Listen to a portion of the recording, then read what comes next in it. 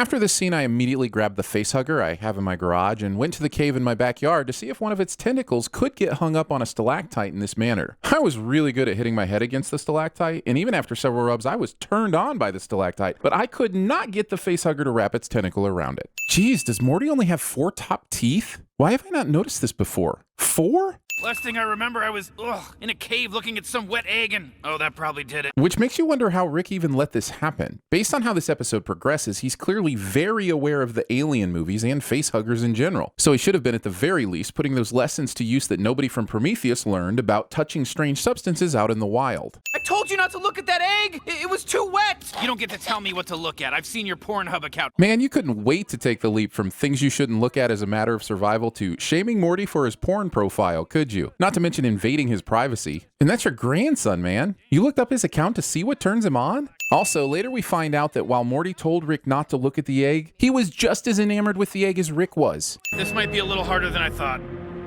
Holy shit, they've got an M&M store. Oh, have I been watching one of those Rick and Morty integrated ads this whole time? I thought this was the episode. And this after I wrote so many sins on that Pringles ad last week. I'm not putting that back on my face! Relax, it's dead. That's not exactly an incentive. You feel an egg in your stomach?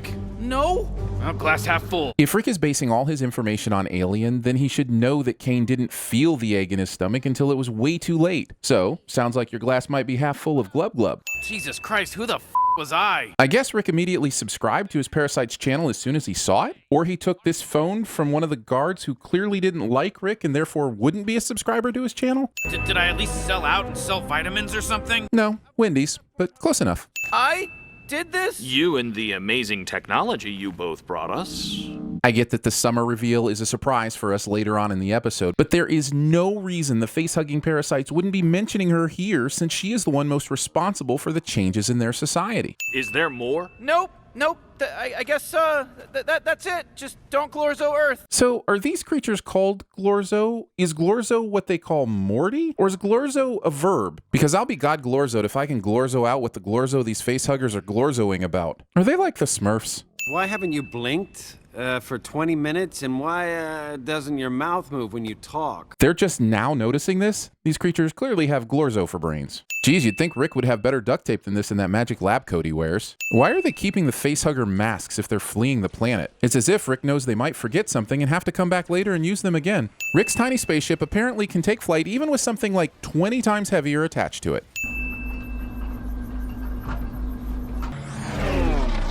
Honestly, I'm proud of us for not. Totally. It would have been cheap. Congratulating yourself on not making a 9/11 joke, which actually by definition is still itself a 9/11 joke. Also, I'm wondering why during this entire rampage, Rick hasn't been wearing his seatbelt except this one time here just before they see the not World Trade Center. And then when it comes back, he's not wearing it, even though it's the same background, same framing, same everything. Did they animate multiple takes pretending that the actor who plays Rick had to go to the bathroom at some point and he forgot to put his seatbelt back on?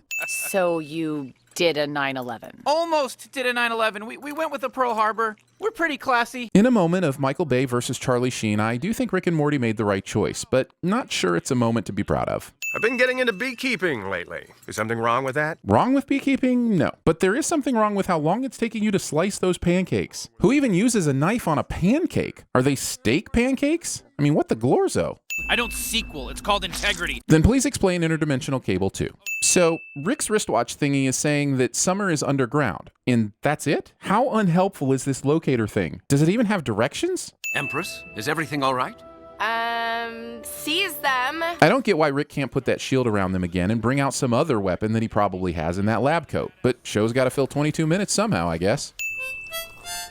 Whoa, buddy. I'm just gonna call this Deus Ex Harmachina, because why the does either of them have a harmonica? And it just so happens to be the facehugger's weakness? What took you so long? Why the did you tell your minions to seize them? You've been on enough Rick and Morty adventures to know that Rick would have gotten you out of here without having to come up with some wacky plan to escape. You're in a cape, Summer. How bad could it be? No bad story ends with a cape. Justice League does. Or was I simply getting too close to Garcool? Was Garcool consuming me? Rick, can we listen to something else? What? First off, people who listen to anything surrounded by other people who don't want to listen to it without headphones. I'm talking to you, dude at the airport on speakerphone, and woman watching YouTube with the volume turned to 85 decibels. You know who you are. Second off, why doesn't Morty have his own device with headphones? I'm just saying they're currently in a spaceship. I'm assuming the technology exists. It's a toothpick. I'm a toothpicker now. Get used to it. God, are you that desperate for a thing? This show is experiencing a self-awareness crisis from the previous episode that has spilled over into this episode. Everything is being introduced as a thing, and someone has to comment on it. Why couldn't the episode do something where she simply needed the toothpick? Because this toothpick is crucial to the plot. It's the only reason why facehuggers can't grab her later.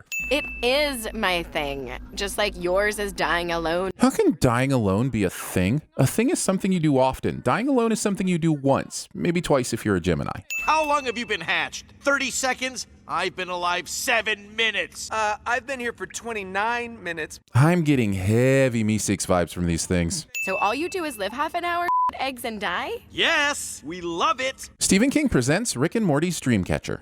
Okay, you guys don't have to listen to me, but I vote you don't do that. And who's up for changing things around here? So wait, all these other facehuggers that have been around long enough to know what their purpose in life is just accept Summer's suggestion with no questions asked? And they're able to get everyone in town on board with that plan? How the do these things suck the egg back into their bodies? Also, why do they do it? They obviously don't know who Summer is, so they don't know why they should follow her. Also, Summer seems to be without her toothpick all of a sudden, which I think is unwise considering that's the reason she was considered a god in the first place. Okay, there's at least a couple details in this episode that I love. The pencils and gum stuck in the ceiling and the facehugger paper dolls in the classroom. Honestly, Summer, I can't thank you enough. It's really weird that this society deifies Summer, but they don't put images of her everywhere and give all the glory to Steve/Morty. Yeah, I know there are groups of fans out there who have been dying for Rick and Morty to make out. It's probably the #1 requested thing on all the chat boards. But this is one of those things that shows do where they play on that thing that you really want and it doesn't count. It's like in the X-Files movie when Mulder does CPR on Scully and the filmmakers were able to tease that their lips touch. Or when James Earl Jones's voice comes out of Maggie in one of those Simpsons Halloween specials. Anyway, I'm glad they got the burning will they or won't they question out of the way in season 4. Now maybe they can bring in Kirstie Alley. Now that they're showing this part again, I've got to say this is the MC Escher of animated Ex Machinas. How the does that tentacle get around the right side of that stalactite when Morty walks to the left of it? It's not like the tentacle is in a loop formation. It's tightly attached to his face. And we shall drive away from here and die. Okay, guess what, everybody? It's me, the whiny guy you never want to hear from. She's trying to escape with her family. My time to shine. This is what we get for evolving? I'm sorry, we thought you were evil. Why would you think We that? had a giant tower that blared Glorzo is peace. I know. Is there something missing from this episode? In the first part of the episode that causes the conflict, the missile that they were supposed to send to the Earth was going to send a bunch of facehuggers, right? Their message may have been peace, but they were still going to send parasites to a bunch of unwilling hosts. But before we get a chance to see what it was going to do, Rick throws it into a building and it explodes. This is the most confusing part of the episode because it's never spelled out what that missile was going to do when it got to the planet. And it seems like Rick and Morty were going to have to kill a lot of these things to escape anyway, so it doesn't really matter if they were peaceful or not. So why is he apologizing about killing them? How is this guy still alive? Hasn't the harmonica music reached him yet? I was working with a lot. Just let me listen to the podcast next time. But the podcast had nothing to do with why they ended up on this world. Can we just relax and maybe watch some interdimensional cable? We don't need to try so hard, you know? Let's just take it easy and riff, you know? I, for one, will be very happy when you guys leave the Being John Malkovich stage and just go ahead and make a f***ing episode without so much self-reference. I mean, it's kind of cute. Like, your dad keeps bees. What in the heck was that? Was that some sort of American Beauty parody? Jerry's beekeeping makes him attractive to teenage girls?